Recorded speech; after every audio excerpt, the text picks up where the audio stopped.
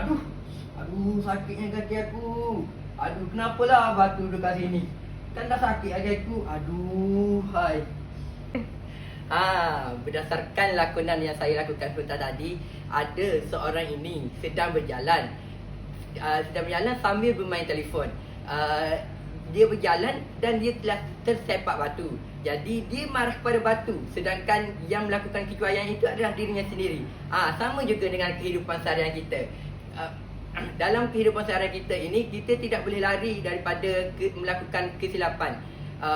Kita tidak boleh menilai orang lain sebagai satu kesalahan, kerana Allah Subhanahu Wa Taala telah menciptakan bahawa ada kekurangan dan kebaikan masing-masing. Jadi sebelum kita nak melihat kekurangan orang lain, kita perlu melihat kekurangan yang ada pada diri kita terlebih dahulu, agar apa yang kita lakukan itu dapat memberi manfaat kehidupan di masa yang akan datang.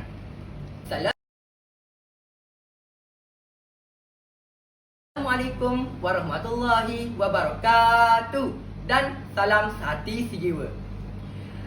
Apa khabar hadirin hadirat yang saya kasihi sekalian? Sihat? Alhamdulillah. Okey, sebelum itu saya ingin mengucapkan ribuan terima kasih kepada pengacara majlis kerana telah memberikan saya peluang ini untuk bercakap sepatah dua kata. Yang dihormati Tuan Guru Besar SK Seri Nilam Encik Tengku Faizul bin Muhammad, guru-guru serta rakan-rakan seperjuangan saya yang saya kasihi lagi sayangi sekalian.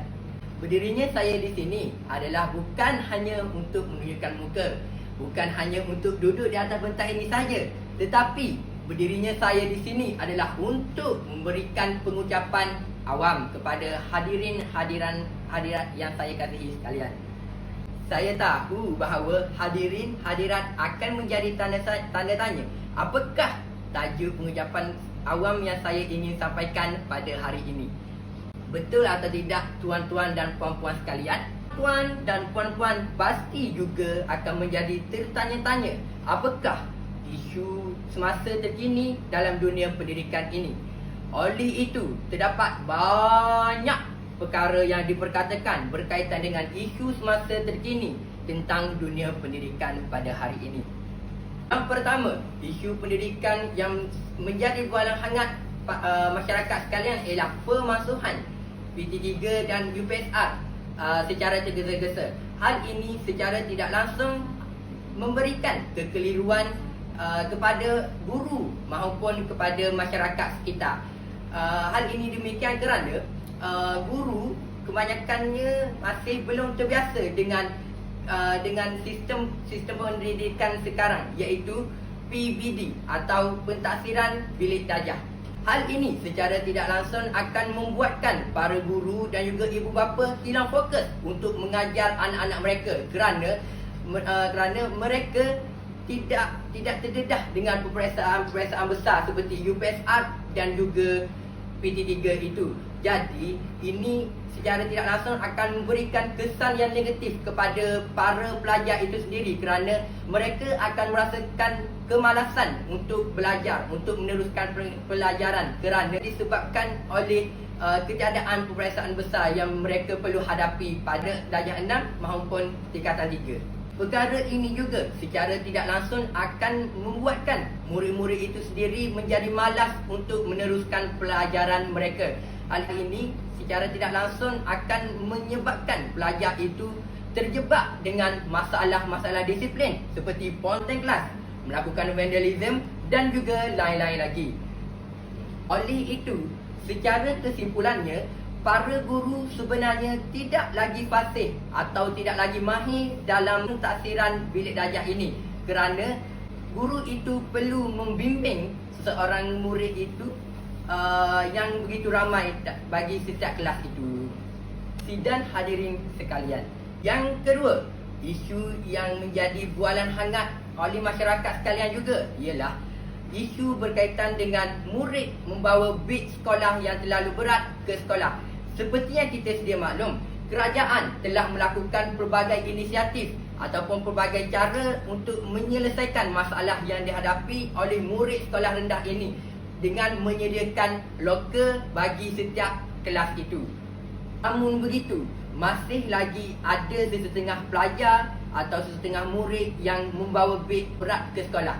Pasti ia akan menjadi tanda tanya kepada hadirin hadirat sekalian. Kenapa beg sekolah anak-anak murid itu menjadi berat? Hal ini demikian kerana murid itu sendiri didedahkan dengan mata pelajaran yang cukup padat bagi sekolah rendah itu sendiri. Sedangkan seperti yang kita sedia maklum, sekolah rendah ini tidak perlu memfokuskan sangat kepada pendidikan ataupun pengajaran. Kerana sekolah rendah ini kita perlu mengajar untuk mendidik supaya menjadi orang yang berguna pada masa yang akan datang.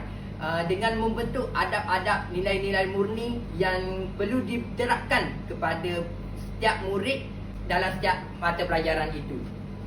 Perkara ini sebenarnya tidak boleh berlaku pada peringkat sekolah rendah kerana mereka masih kecil lagi dan mereka baru sahaja ingin masuk ke alam persekolahan. Jadi pihak kerajaan atau pihak kementerian haruslah mencari pelbagai jalan inisiatif bagaimana untuk menyelesaikan masalah beg berat ini. Supaya murid-murid tidak perlu membawa buku yang banyak ke dalam kelas agar berat beg dapat dikurangkan. Jika kita lihat dalam setiap sekolah rendah pada hari ini, kebanyakan sekolah akan melebihi darjah 1, darjah 2 dan darjah 3 pada tingkat yang paling atas. Jika masalah ini masih tidak dapat diselesaikan, oleh itu pihak sekolah itu haruslah meletakkan murid darjah 1, darjah 2 dan darjah 3 itu pada tingkat yang paling bawah. Jika seseorang murid itu perlu membawa buku yang banyak ke sekolah, maka ini secara tidak langsung dapat mengurangkan sedikit bebanan kepada murid darjah 1, darjah 2 dan darjah 3 itu.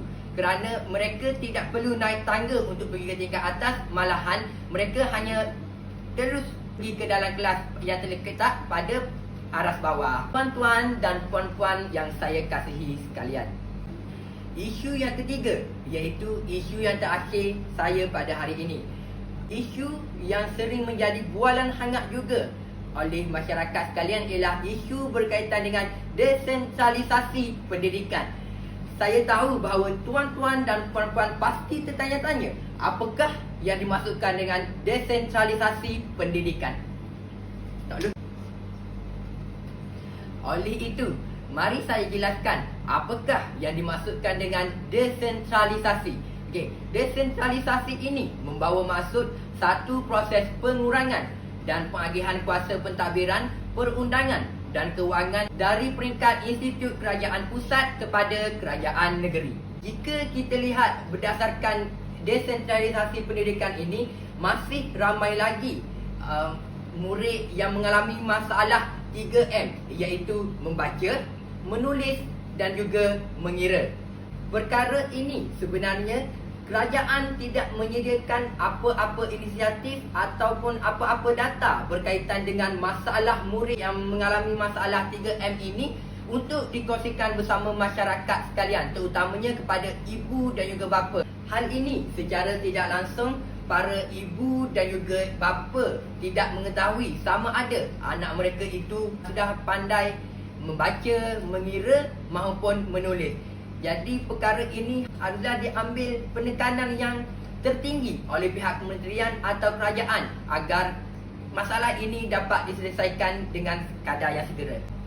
Sebenarnya isu ini tidak disentuh langsung oleh negara kita, sedangkan di peringkat global, amalan desentralisasi pendidikan ini dengan memberikan kepercayaan sepenuhnya kepada guru yang berada di sekolah dengan memberikan kesan yang positif dalam meningkatkan keupayaan dalam sistem pendidikan yang ada pada negara kita pada hari ini. Oleh itu, desentralisasi pendidikan ini amatlah penting untuk kita sebarkan kepada warga masyarakat luar agar masalah literasi bahasa dapat dikurangkan dalam negara kita. Tuan-tuan dan puan-puan sekalian, kita perlu sedar bahawa isu-isu semasa terkini ini berkaitan dengan dunia pendidikan perlu diambil inisiatif sepenuhnya oleh pihak kerajaan bagi menghindari daripada sesuatu perkara yang tidak diingini berlaku. Oleh itu, semua pihak iaitu pihak guru, pihak kerajaan, pihak individu dan juga yang paling penting ialah pihak ibu bapa haruslah memainkan peranan yang penting dalam mengatasi masalah-masalah yang berlaku pada dunia kita hari ini.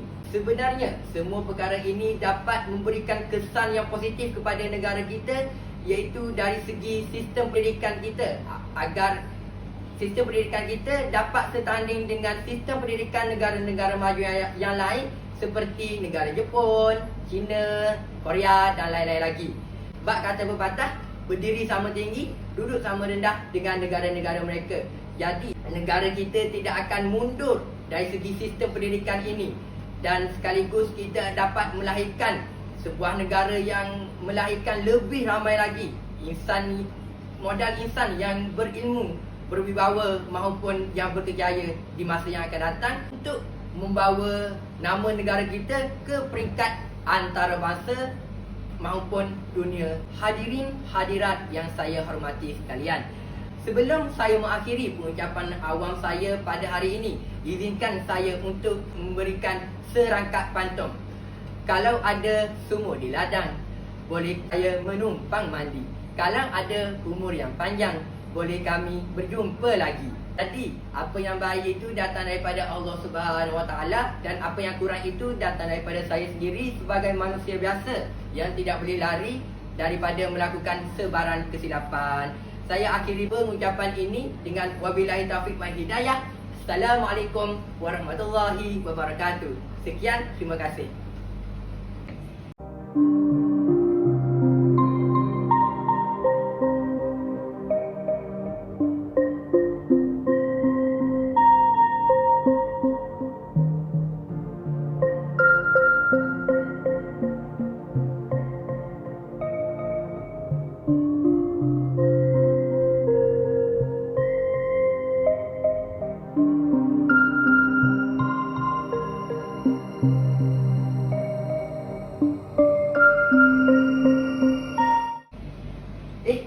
Aku sedang berjalan sekarang ni. Mana boleh main telefon? Nanti jatuh apa-apa, aku juga yang kena. Simpan dulu telefon. Ada batu lah.